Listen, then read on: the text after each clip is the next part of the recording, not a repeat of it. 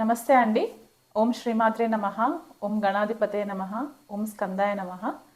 ఈరోజు మనము ఈ వీడియోలో రాబోయే శని మార్పు గురించి తెలుసుకునే ప్రయత్నం చేద్దాము. శని మనకి 2025 మార్చ్ 29వ తారీఖున కుంభరాశిలో నుంచి మీనరాశిలోకి సంచారం జరుగుతుంది. ఈ సంచారం యొక్క ప్రభావం మనకి ద్వాదశ రాశుల వాళ్ళకి ఎలా ఉండబోతుంది అనేది తెలుసుకునే ప్రయత్నం చేద్దాము. కానీ దానికంటే ముందు శని ప్రతి రాశిలో 2.5 సంవత్సరాల వరకు ప్రయాణం జరుగుతుందన్నమాట. చాలా స్లోగా మూవ్ చేస్తూ ఉంటారు ఈయన. సో మనకి మార్చ్ 29వ తారీఖు 2025 నుంచి ఫిబ్రవరి 2028వ తారీఖు వరకు కూడా మనకి శని మీనరాశిలో సంచారం జరిగి తర్వాత మనకి మేషరాశిలోకి సంచారం జరుగుతుంది. ఈ క్రమంలో మధ్యలో 3 సార్లు కూడా శని వక్రిగతిలోకి ట్రాన్సిట్ అయ్యే ఛాన్సెస్ ఉంటాయి అన్నమాట. అంటే రెట్రోగ్రెషన్ మోషన్ అని చెప్తూ ఉంటాం మనము. ఈ రెట్రోగ్రెషన్ మోషన్ మనకి ఈ 2025 నుంచి 2028 ఫిబ్రవరి వరకు మధ్యలో 3 టైమ్స్ జరుగుతుందన్నమాట.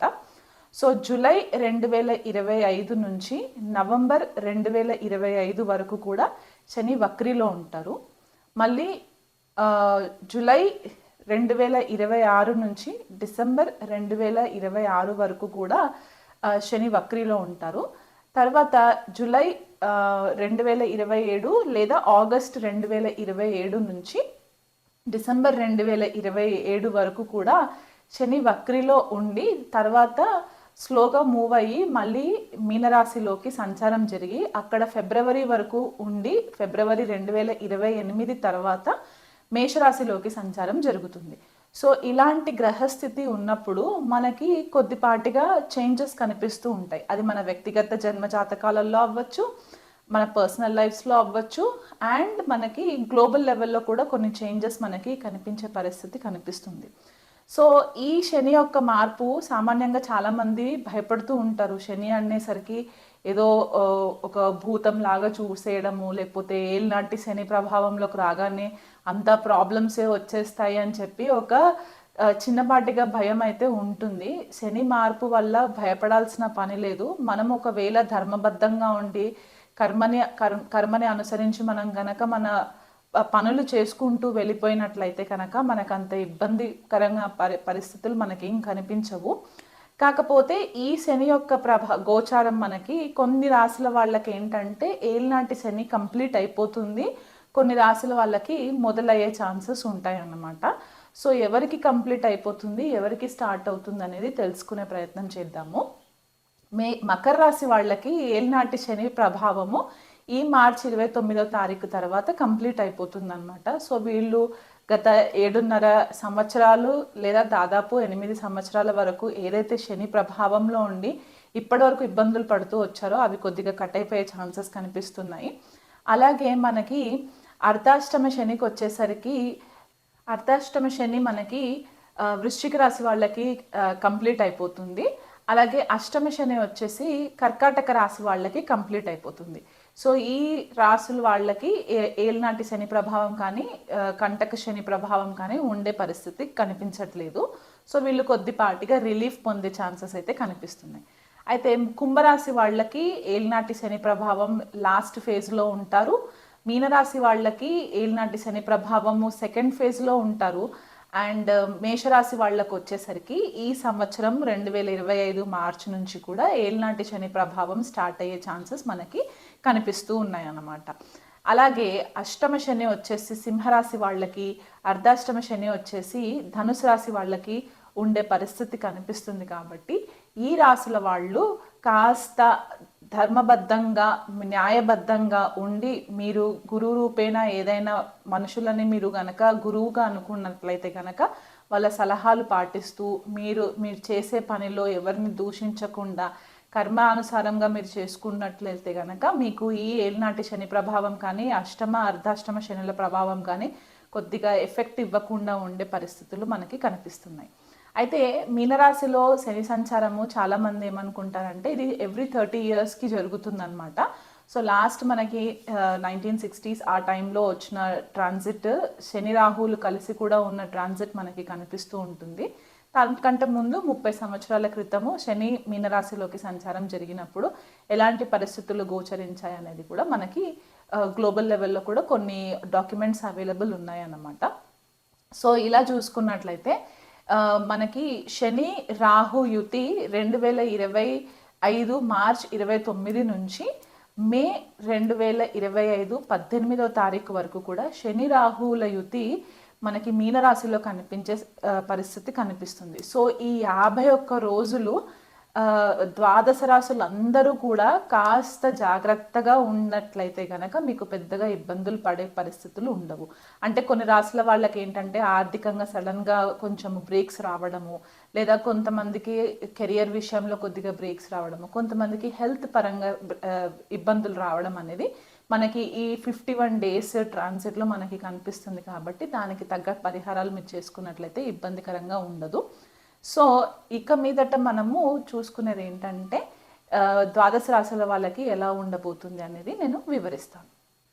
ధనుసు రాశి వాళ్ళకి శని సంచారము 4వ స్థానంలో జరుగుతుందండి. ఈ 4వ స్థాన సంచారము మనం జనరల్గా అర్ధాష్టమ శని సంచారం కూడా కన్సిడర్ చేస్తూ ఉంటాము. అంటే ఇక్కడ తల్లికి సంబంధించి గృహానికి సంబంధించి కొద్దిపాటిగా ట్రాన్స్ఫర్మేషన్గా ఉండే పరిస్థితులు అన్నమాట.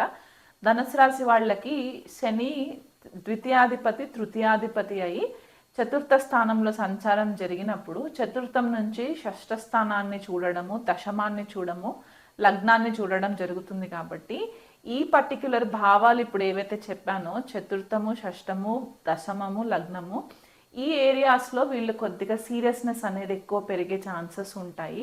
ఇది వరకు ఏదైనా కేర్లెస్ యాటిట్యూడ్ కనుక ఉన్నట్లయితే కనుక ఇప్పుడు కొద్దిపాటిగా మెచ్యూర్డ్ థింకింగ్ అనేది కూడా వచ్చే ఛాన్సెస్ ఉన్నాయి. అంటే ఇది ఇమ్మీడియట్గా శని మారిన వెంటనే వచ్చే రకం కాదు. అంటే ఒక 6 నెలలు 8 నెలలు అలా టైం తీసుకుంటుందన్నమాట. వీళ్ళకి ఇక్కడ ఏమవుతుందంటే ఎక్కువ మోతాదు ద్వితీయాధిపతి అయి 4వ స్థానంలో సంచారం అంటే గృహానికి సంబంధించి మార్పులు చేర్పుల కోసము కొద్దిగా ఆర్థికంగా డబ్బు ఖర్చు పెట్టే పరిస్థితి కనిపిస్తుంది. లేదా తల్లిగారు కానీ తల్లి వయసులో ఉన్న లేడీస్ ఎవరైనా ఉంటే కనుక వారి వల్ల కొద్దిగా మీకు ఇబ్బంది కలిగే పరిస్థితి. అంటే తల్లి యొక్క ఆరోగ్యం పట్ల ఇబ్బందులు అవ్వచ్చు, లేదా తల్లి వయసు వాళ్ళని కూడా మీరు ఒకవేళ కేర్ టేకింగ్ చేస్తున్నారు అని అనుకుంటే కనుక వాళ్ళ విషయంలో కూడా మీకు కొద్దిపాటిగా వాళ్ళ ఆరోగ్యం దెబ్బతిన్నప్పుడు మీరు ఆర్థికంగా సహాయం చేయవలసిన పరిస్థితులు కూడా కనిపిస్తూ ఉన్నాయి. 6వ స్థానం మనకి మాతృవర్గానికి సంబంధించిన ఫ్యామిలీ రిలేషన్స్గా కూడా మనం చెప్పుకుంటూ ఉంటాం. కాబట్టి మేనమామలు, మేనత్తలు ఇలాంటి వాళ్ళు ఎవరైనా ఉంటే గనక వాళ్ళకి కూడా మీరు కొద్దిగా ఆర్థికంగా డబ్బుని అందజేసే పరిస్థితి కనిపిస్తుంది. అంటే మీ పైన అధిక రెస్పాన్సిబిలిటీస్ వచ్చే ఛాన్సెస్ కనిపిస్తూ ఉన్నాయి. శని యొక్క దృష్టి దశమ స్థానం పైన పడుతుంది. కాబట్టి ఉద్యోగ రీత్యా మీకు మీ సొసైటీలో మీకు పేరు ప్రతిష్టలకి సంబంధించి కొద్దిపాటిగా రెస్పాన్సిబిలిటీస్ ఎక్కువ అయ్యే ఛాన్సెస్ ఉంటాయి. మీకు రికగ్నిషన్ రావాలి అని అనుకుంటే గనక ఆ స్థాయిలో మీరు కష్టపడితే కానీ మీకు రికగ్నిషన్ వచ్చే ఛాన్సెస్ కూడా కనిపించట్లేదు. కొద్దిపాటిగా డిస్టర్బెన్సెస్ కూడా వచ్చే ఛాన్సెస్ ఉన్నాయి. అంటే మీ నడవడిక, మీ మాట తీరు, దీనివల్ల కొద్దిపాటిగా మిమ్మల్ని కొంచెం కార్నర్ చేసి ఇబ్బంది క్రియేట్ చేసే పరిస్థితులు కూడా గోచరిస్తున్నాయి అర్ధాష్టమ శని సంచారం వల్ల. లగ్నం పైన కూడా దృష్టి పడుతుంది. కాబట్టి ఇక్కడ ఏమవుతుందంటే మీ పర్సనాలిటీలో కొద్దిగా మెచ్యూరిటీ అనేది ఎక్కువ వచ్చే ఛాన్సెస్ ఉంటాయి. ఫిజికల్గా కూడా కొద్దిగా మీరు డ్రైన్ అయ్యే ఛాన్సెస్ ఉన్నాయి. అంటే ఏదన్నా ఆరోగ్య సమస్య రావడము, దానివల్ల మీరు కాన్స్టెంట్గా ఫైట్ చేయడం అనేది కనిపిస్తూ ఉంది. ఎందుకంటే 4థం నుంచి 6వ స్థానాన్ని చూస్తాడు శని. కాబట్టి మనకు అది రోగస్థానంగా కూడా చెప్పుకుంటాం. కాబట్టి ఈ రోగస్థానం పైన దృష్టి పడుతుంది, లగ్నం పైన దృష్టి పడుతుంది. కాబట్టి మీ ఫిజికల్ బాడీకి సంబంధించి మీకు ఏదన్నా ఒక హెల్త్ విషయంలో మీకు కొద్దిగా ఇబ్బందులు వచ్చే ఛాన్సెస్ ఉన్నాయి. ఈ లంగ్స్, ఎందుకంటే 4వ స్థానాన్ని మనము లంగ్స్ ఊపిరితిత్తులకి కూడా మనం చూస్తూ ఉంటాము, హార్ట్కి సంబంధించి కూడా చూస్తూ ఉంటాం. అంటే హార్ట్కి పైన భాగం కూడా చూస్తాం. కాబట్టి మీకు ఊపిరితిత్తుల సమస్యలు కూడా వచ్చే ఛాన్సెస్ ఉన్నాయి. అంటే మీకు ఇదివరగా ఏవైనా క్రోనిక్ హెల్త్ ఇష్యూస్ ఉండడము, సైనస్ ప్రాబ్లమ్స్ ఉండడము, ఇట్లాంటివి ఏమైనా ఉంటే కనుక అది కొద్దిగా ఎక్కువ అయ్యే ఛాన్సెస్ ఉన్నాయి. తల్లిదండ్రుల ఆరోగ్యం పట్ల శ్రద్ధ వహించండి.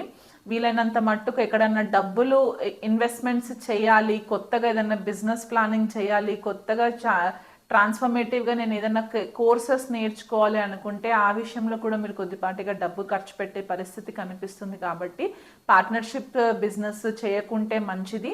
దగ్గరలో ఉన్న జ్యోతిష్యులని మీరు కాంటాక్ట్ అయినా కూడా మీకు బెటర్ రిజల్ట్స్ వస్తాయి. లేదా మీ ఫ్యామిలీలో ఎవరైనా పెద్ద వయసు ఉన్న వాళ్ళ సలహాలు కూడా తీసుకుని మీరు ప్లానింగ్ చేసుకుంటే మంచిది. నమ్మి ఎవరి చేత డబ్బు పెట్టకండి. రియల్ ఎస్టేట్ బిజినెస్ చేయాలనుకునే వాళ్ళు కూడా కొద్దిపాటిగా ఆచితూచి అడుగులు వేస్తే మంచిది. ఎందుకంటే చతుర్థ స్థానంలో సంచారం కాబట్టి మనకి రియల్ ఎస్టేట్కి సంబంధించి కూడా చూస్తూ ఉంటాం. కాబట్టి భూ విక్రయాలు ఏవైతే చేస్తూ ఉంటారో ఆ విషయంలో కూడా కొంచెం కేర్ఫుల్గా ఉండండి. కొంతమందికి ఏమవుతుందంటే ఆర్థికంగా బాగానే ఉన్నా ఏదన్నా ప్రాపర్టీ కొనుక్కోవాలనుకున్నప్పుడు కూడా మీకు టైంకి సరైన ప్రాపర్టీస్ దొరకకపోవడం వల్ల కూడా మీరు కొద్దిగా ఇబ్బంది పడే పరిస్థితులు ఉంటాయి. దాని గురించి మీరు ఎక్కువ నిరాశ పొందకుండా వీలైనంత మట్టుకు ఏది జరిగినా మన మంచిగా జరుగుతుంది అని అనుకుని ఆబ్స్టికల్స్ వచ్చినా మీకు బ్లాక్స్ కనిపిస్తున్నా సరే కొంచెం ఆచితూచి అడుగులు వేస్తే మీకు ఫేవరబుల్ రిజల్ట్స్ ఉంటాయి.